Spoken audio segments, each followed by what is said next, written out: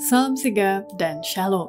Renungan kita pada hari ini, Senin 30 Mei 2022, berjudul Dia yang memanggil kita adalah setia. Ayat intinya terdapat di dalam 1 Tesalonika 5 ayat 24. Ia yang memanggil kamu adalah setia, ia juga akan menggenapinya. Pena Inspirasi menuliskan yang dimaksud dengan judul renungan kita pagi ini, Dia yang memanggil kita adalah setia. Dan makanya kita perlu mencari Tuhan, dan segala yang tidak berkenan baginya, jauhilah hal-hal ini. Ikuti kebenaran agar kita dapat merasakan kasih Allah yang tiada bandingnya itu adalah sebagai berikut. Pertama, tanda seseorang bisa bersaksi dan berkata seperti Paulus bahwa dia yang memanggil kita adalah setia, bila mana ia sungguh-sungguh menghidupkan agama Kristus sepanjang kehidupannya di atas muka bumi ini.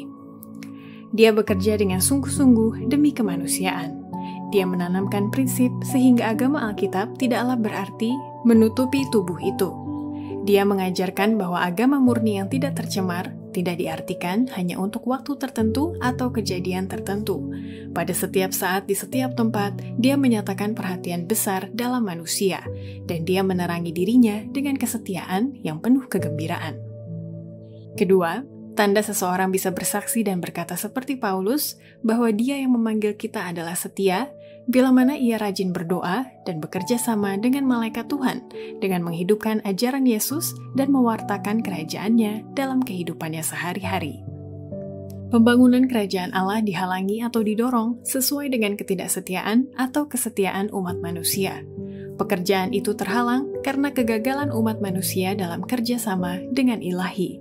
Manusia berdoa, datanglah kerajaanmu, jadilah kehendakmu di bumi ini seperti di surga. Tetapi jikalau mereka gagal menerapkan doa ini dalam kehidupannya, doa mereka itu tidak berhasil.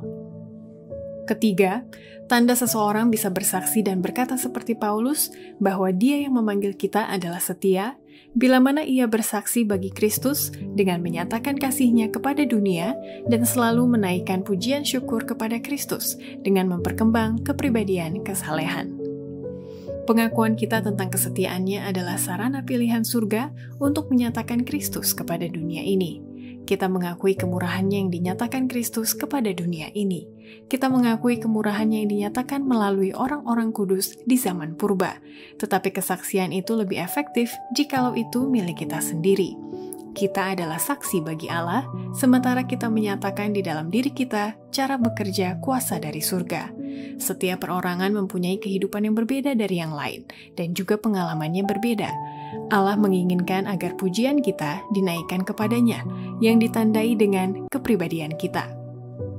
Keempat, tanda seseorang bisa bersaksi dan berkata seperti Paulus bahwa dia yang memanggil kita adalah setia, bila mana ia juga setia melipat gandakan kerajinan atas pekerjaan yang dipercayakan kepadanya, sementara ia berdiri di pinggir kerajaan kekal dan senantiasa memegang terang kebenaran.